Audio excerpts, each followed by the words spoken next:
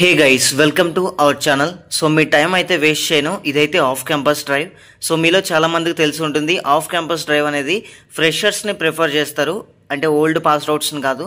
So ఈ video mainly 2022-23 passed outs. మీరు degree అయినా బీటెక్ అయినా పర్వాలేదు, ఏ బ్రాంచ్ అయినా సరే పర్వాలేదు, ప్రతి ఒక్కరికి ఎలిజిబిలిటీ ఉంటుంది. ప్రాజెక్ట్ మేనేజ్మెంట్లో మీరైతే వర్క్ చేయడం జరుగుతుంది గైస్. ఇదైతే మంచి రోల్.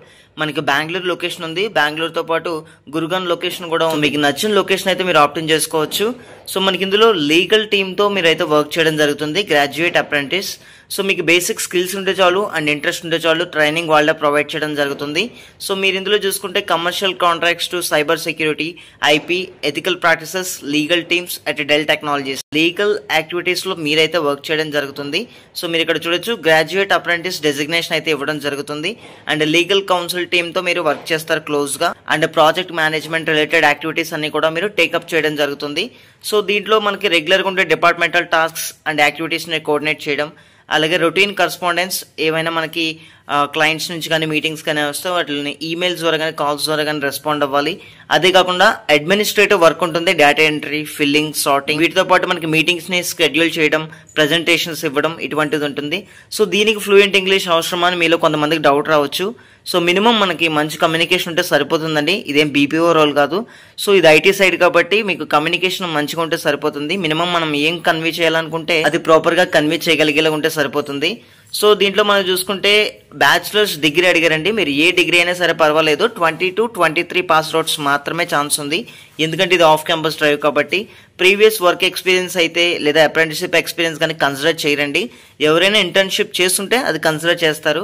అదేవిధంగా మనకి excellent English, written and verbal skills అయితే ఉండాలని చెప్పేసి ఇచ్చారు.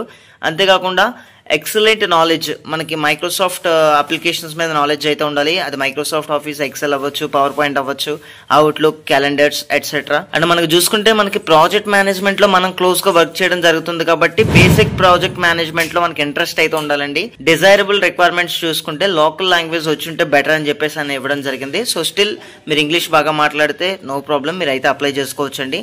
అండ్ మనకు చూసుకుంటే అకాడమిక్ బ్యాక్గ్రౌండ్ అనేది లాలో ఉంటే అది మనకి బోనస్ పాయింట్, ఎవరైనా లా చేస్తుంటాయి. ఎందుకంటే మనకి లీగల్ టీంలో వర్క్ చేయడం జరుగుతుంది కాబట్టి. ఇది డిజైర్డ్ రిక్వైర్మెంట్, అంటే మ్యాండేటరీ కాదు, ఇది వాళ్ళ ప్రిఫరబుల్ క్వాలిఫికేషన్ అంతే. సో మీరు ఏ గ్రాడ్యుయేట్ అయినా సరే మరి అప్లై చేసుకోవచ్చు.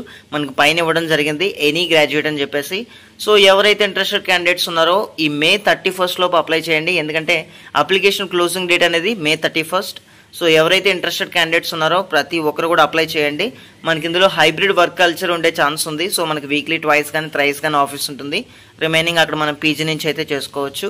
సో ఎవరైతే మనకి ఇంట్రెస్టెడ్ క్యాండిడేట్స్ ఉన్నారో డిస్క్రిప్షన్లో ఇచ్చిన లింక్ ద్వారా అయితే అప్లై చేయండి. సో మనకి ఇదే పేజ్ అయితే ఓపెన్ అవుద్ది. ఇక్కడ అప్లై నౌ మీద క్లిక్ చేసి ఫామ్ అయితే ఫిల్ చేయండి.